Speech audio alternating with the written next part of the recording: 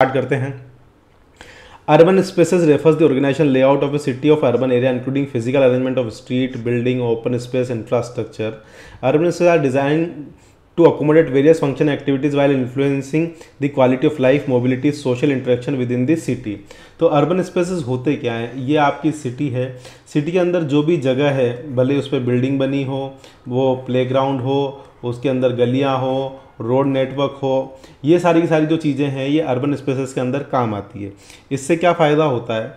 इससे फ़ायदा ये होता है कि जो लाइफ हो गई, क्वालिटी ऑफ लाइफ इंप्रूव होती है, मोबिलिटी, लोग एक स्थान से दूसरे स्थान तक आसानी से जा सकते हैं, सोशल इंटरेक्शन को बढ़ावा मिलता है। इसका the structure of urban space is often guided by principle of urban planning and architecture.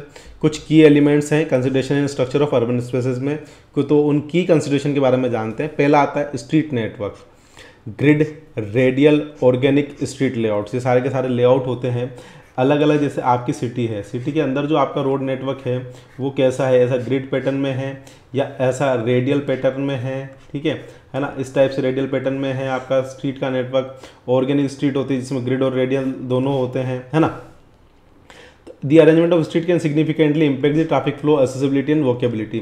तो जिस टाइप से अगर आपकी स्ट्रीट जमी हुई है तो उससे क्या होगा कि ये ट्रैफिक के फ्लो पर भी इम्पैक्ट डालता है, एक्सेसिबिलिटी पर इम्पैक्ट डालता है और वोकेबिलिटी पर भी इम्पैक्ट डालता है। स्ट्रीट हायरार्की, स्ट्रीट्स में भी categorised into major thoroughfares, collector streets and local street, each serving different function and accommodating varying level of traffic.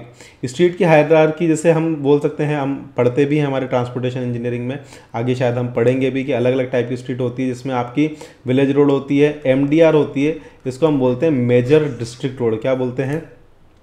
दूसरा होती है ओडीआर, ऑर्डिनरी डिस्ट्रिक्ट रोड, और तीसरी होती है विलेज रोड, ठीक है। इसके अलावा आर्ट्रियल, सब आर्ट्रियल, है ना, और कल्डेसेक, इस टाइप की अपने अलग अलग जो है स्ट्रीट्स के टाइप होते हैं। Building density, high rise, mild rise, low rise development. The density of building in an area can affect the urban fabric, skyline and the number of people living and working in the specific location. तो urban spaces की बात करें, अगर building की density किसी particular area में बहुत ज़्यादा है तो वहाँ पर कितने लोग रह रहे हैं, कितने लोग वहाँ पर काम कर रहे हैं, कैसी वहाँ की वर्किंग है, क्या वहाँ पर कमर्शलाइजेशन है, इसको वो प्रभावित कर सकती है ना। Generally high rise building, low rise building, अलग अलग टाइप की बिल्डिंग होती है। लैंड यूज़ कई बार पढ़ चुके हैं। Zoning and land use regulation, these guidelines determine the activity are allowed in different part of city whether it's residential, commercial, industrial and recreational. तो मैं आपको बार बार बता चुका हूँ कि हमें सबसे इम्पोर्टेंट जो टाउन प्लानर का काम होता है वो जोनिंग ही होता है ना। हमें हमारी सिटी को अलग अलग जोन के अंदर डिवाइड करना है, अलग अलग जोन में 1, 2, 3, 4, 5 की 1 और 2 जो है रेजिडेंशियल जोन है, 3 कमर्शियल जोन है, 4 जो है आउटर रिंग रोड के पास में है, इंडस्ट्रियल जोन है, कुछ पर्टिकुलर रिक्रिएशनल एरिया इनके बीच में ही कहीं पर है ना, वहाँ का थोड़ा सा अलग करना पड़ेगा। ओपन स्पेस, अर्बन स्पेसेस के अंदर ओपन स्पेसेस जैसे park, plaza, squares and public spaces. These presence of open spaces contribute the quality of life in a city and provides areas for recreation, relaxation and social interaction। तो जैसे आपकी city में जितने भी open spaces है तो वो recreate करने में काम आते हैं, लोग वहाँ पर सोशली मिलते हैं, रिलैक्स करते हैं, बातचीत करते हैं, बूढ़े लोग आकर वॉक करते हैं, अलग अलग टाइप के लोग वहाँ पर मिलते हैं, ठीक है। Green infrastructure, incorporating green elements like trees, garden and sustainable landscaping can enhance the aesthetic appeal and ecological sustainability of the urban spaces. अगर आपके अर्बन स्पेस में जो सिटी में खाली स्पेस है, जो जगह है, अगर वहाँ पर ग्रीनरी इन्वॉल्व है, वहाँ पर पेड़ पौधे इन्वॉल्व है, ट्रीज इन्वॉल्व है, गार्डन इन्वॉल्व है, सस्टेनेबल लैंडस्केपिंग, सस्टेनेबल मटेरियल से वो चीज़ें बनाई गई है, तो एक एस्थेटिक बहुत ही सुंदर लुक हमें हमारी सिटी का देखने को मिलता है। पब्लिक ट्रांसपोर्टेशन बहुत ही ज़्यादा इंपॉर्टेंट है किसी भी सिटी की लाइफ लाइन में। Transit system and station, the availability and accessibility of public transportation can shape how people move around the city and reduce dependency of the personal vehicle. तो मैंने आपको कई बार बताया है कि पब्लिक ट्रांसपोर्टेशन अगर आपकी सिटी में अच्छा है तो हमें क्या होगा कि कम समय में जो नॉर्मल लोग हैं जिनके पास प्राइवेट व्हीकल अवेलेबल नहीं है वो एक स्थान से दूसरे स्थान पर इजीली पहुंच पाएंगे। आजकल जैसे BRTS का सिस्टम चलता है, इसकी फुल फॉर्म भी आपसे पूछी जा सकती है।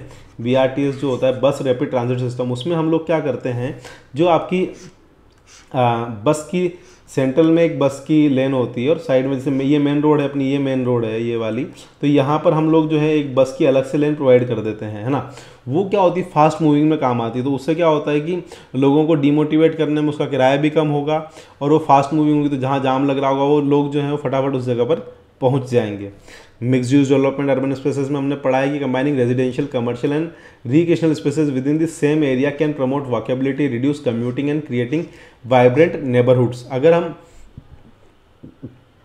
एक ही सराउंडिंग में, अगर हम मान लीजिए आपका, जैसे हाईरेज बिल्डिंग का मैं कई बार एग्जांपल देता हूँ आपको, हाईरेज बिल्डिंग में क्या होता है कि ऊपर तो सब लोग रह रहे हैं, अब नीचे ही जो है अलग अलग शॉप्स अवेलेबल है ना, उस शॉप्स में एक रेस्टोरेंट भी है, एक सब्जी की शॉप भी है, एक कटिंग की शॉप भी है ना, ऐसी जो बेसिक कम्युनिटीज़ है, और पास में ही एक छोटा सा मार्केट है जहाँ पर जो बाकी बेसिक कम्युनिटीज़ है वो हमें मिल जाती है। तो ये एक मिक्स्ड यूज डेवलपमेंट है। अब इसमें जो शुरू के 3 फ्लोर हैं वो कमर्शियल दिए हुए हैं, वहाँ पर बैंक का ऑफिस है, वहाँ पर नॉर्मल ऑफिसेज हैं, है ना, और साथ में ही कोई गार्डन, पास में ही कोई गार्डन या लेक है, तो वो रिक्रिएशनल स्पेस। तो इस टाइप के जो डेवलपमेंट होगा, जहाँ मल्टी स्टोरी के नीचे आपका मार्केट हो जाएगा, पास में एक मार्केट हो जाएगा, ऑफिस स्पेसेस हो जाएगी, साइड में कोई रिक्रिएशनल की जगह हो जाएगी, इस टाइप की जगह होती है, उसे मिक्स लैंड यूज डेवलपमेंट कहते हैं।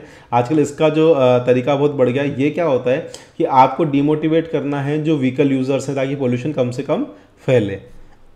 Cultural historic heritage, preservation and adoption of historic structure and districts can add character and historical significance to the city. अगर आपकी सिटी में कोई भी हिस्टोरिक मोनूमेंट, हिस्टोरिक बिल्डिंग, हवेली, इस टाइप की चीज़ें अवेलेबल है और आप उसको प्रिजर्व करते हैं, अडेप्ट करते हैं, तो उस स्ट्रक्चर को बनाए रखते हैं, तो इससे क्या होता है कि सिटी की हिस्टोरिकल सिग्निफिकेंस जो है बनी रहती है और टूरिस्ट डेवलपमेंट में भी वहाँ पर हमें फ़ायदा मिलता है। इंफ्रास्ट्रक्चर, सिटी का इंफ्रास्ट्रक्चर बहुत अच्छा होना चाहिए, है ना, जगह, roads, bridges, tunnel, utilities and public service are essential elements that support the urban structure and ensure functionality. तो ये बहुत ही इंपॉर्टेंट चीज़ें होती है सिटी के अंदर, रोड हो गया, ब्रिज हो गया, टनल्स हो गए, यूटिलिटीज़ हो गई, है ना, तो ये क्या करती है, सिटी को सपोर्ट करती है। पेडेस्ट्रियन फ्रेंडली डिज़ाइन पे हम लोग आजकल जनरली काम करने लगे, जैसे ट्रांसपोर्टेशन इंजीनियर हम लोग अलग अलग काम करने लगे हैं, side walks, cross walks, pedestrian zone, prioritising pedestrian facility, friendly urban design, enhance walkability, safety and street level vitality. अगर हम इस टाइप की चीज़ों को प्रमोट करेंगे तो उससे क्या होगा कि हेल्दी लिविंग की तरफ लोग आगे बढ़ेंगे, पैदल चलने की तरफ, वॉकेबिलिटी की तरफ लोग आगे बढ़ेंगे, है ना। बाइसिकल इंफ्रास्ट्रक्चर, आजकल आपने देखा होगा कि जो जनरली जो रिक्रिएशनल एरिया होते हैं ना, रिक्रिएशनल एरिया होते हैं, उसके आसपास अगर कोई मेजर रोड है तो वहाँ पर वो लोग क्या करते हैं कि एक बाइक लेन जो है, एक बाइसिकल लेन भी दे देते हैं। Bicycle lanes, racks and sharing system encourage cycling as sustainable mode of transportation. तो आजकल हम लोग किस पे काम कर रहे हैं कि ये आपका घर है ना, अब घर के बाहर, घर से थोड़ा सा लगभग 100 मीटर दूरी यहाँ पर आपको साइकिल मिल जाएगी, 500 मीटर दूरी आपका पब्लिक ट्रांसपोर्ट का सिस्टम होगा, वो आपको वहाँ से आपके ऑफिस से लगभग 500 मीटर की दूर छोड़ देगा, यहाँ पर ही आपको साइकिल मिल जाएगी, आप अपने ऑफिस जाइए, उस साइकिल को छोड़ दीजिए और इस साइकिल को आप यहाँ छोड़ दीजिए और अपने ऑफिस पे काम करिए। काम करने के बाद आप साइकिल से निकलिए, वापस सिटी बस वाले एरिया पे आइए, वहाँ साइकिल छोड़ दीजिए और वापस अपने लोकेशन पे आके यहाँ से साइकिल उठा के अपने घर के पास में साइकिल खड़ी करके आप वहाँ जा सकते हैं। तो इस टाइप का हम इंफ्रास्ट्रक्चर आज की तारीख में डेवलप करने वाले हैं ट्रांसपोर्टेशन में।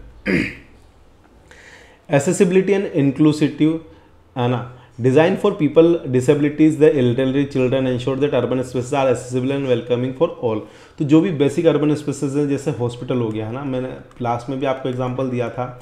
हॉस्पिटल में क्या हो रहा है आजकल अस्पतालों में कि वहाँ पर सीढ़ियाँ तो होती ही होती है, सीढ़ियों के अलावा वहाँ पर आपको रैंप भी देखने को मिलेंगे, क्योंकि ज़्यादातर एक्सीडेंट के केस आते हैं। अब वो 2 ही तरीक़ों से ऊपर जा सकते हैं, या तो वो लिफ्ट के थ्रू ऊपर जा सकते हैं या फिर वो रैंप के थ्रू, जो साइकिलिंग पे जो भी सर्कल होते हैं उसके ऊपर जा सकते हैं। तो जनरली हम ऐसे अर्बन स्पेसेस जो बूढ़ों के लिए, जो डिसेबल पर्सन है उनके लिए भी यूज़फुल हो। Architectural, the design and aesthetics of building and public space contribute the visual appeal and identity of the city. अगर आपकी आसपास की जो बिल्डिंग है उसका आर्किटेक्चरल एस्थेटिक व्यू बहुत अच्छा है तो उससे क्या होगा कि सिटी जो है आइडेंटिकल अपील करेगी और हमें दिखने में उसका जो व्यू है वो काफ़ी अच्छा आएगा। इन्वायरमेंटल सस्टेनेबिलिटी की अगर मैं बात करूं, sustainable urban design practice such as green building technologies, renewable energy and storm water management can reduce the city environmental footprint, अगर हम हमारी सिटी के अंदर सस्टेनेबल एनवायरनमेंट की चीज़ें, कुछ ग्रीन बिल्डिंग टेक्नोलॉजीज़ का जो रिन्यूएबल एनर्जी सोर्सेज हैं, है ना, सोलर पैनल हो गया, इन सब का अगर हम हमारी सिटी के अंदर यूज़ करेंगे, स्टॉर्म वाटर मैनेजमेंट का यूज़ करेंगे, तो हमारी सिटी जो है एनवायरमेंटल सस्टेनेबल भी कहलाएगी। ये सारे के सारे पॉइंट्स दोस्तों आपको जब आपका मेन एग्जाम होगा वहाँ पर लिखने पड़ेंगे, तो आपके लिए बहुत ज़्यादा इंपॉर्टेंट है कि आप इन टॉपिक्स को पढ़ें और इनके बारे में डिटेल रिसर्च करें। साथ ही मैं आपको अगर आपने अभी तक चैनल सब्सक्राइब नहीं किया और अभी तक मेरे साथ बने हुए हैं, मतलब आपको इंटरेस्ट आ रहा है, तो प्लीज़ इस चैनल को जो है सब्सक्राइब कर दीजिए, ताकि मुझे भी थोड़ा सा मोटिवेशन मिलता रहे और मैं आप लोगों के लिए ऐसे ही काम करता रहूं। Smart infrastructure, integration of technology for efficient urban management such as smart traffic system, energy efficient lighting and data driven decision making. Integration of technology, जो भी हमें डेटा ड्रिवन, आजकल हम सारा का सारा काम जो है डेटा ओरिएंटेड करने लगे हैं। कोई भी पहले ब्रिज बनाना है, कुछ भी बनाना है, तो हम पहले सर्वे करते हैं, डेटा इकट्ठा करते हैं और उसके बाद हम उस पर डिसीजन लेते हैं कि हाँ हमें ये डेटा आएगा तो ये लेना है, ये डेटा आएगा तो ये लेना है। स्मार्ट ट्रैफिक सिस्टम की तरफ हम काम कर सकते हैं। एनर्जी एफिशिएंट लाइटनिंग का हम यूज़ कर सकते हैं। नेक्स्ट जो टॉपिक पढ़ने वाले हैं हम, location criteria of activities and urban uses के बारे में।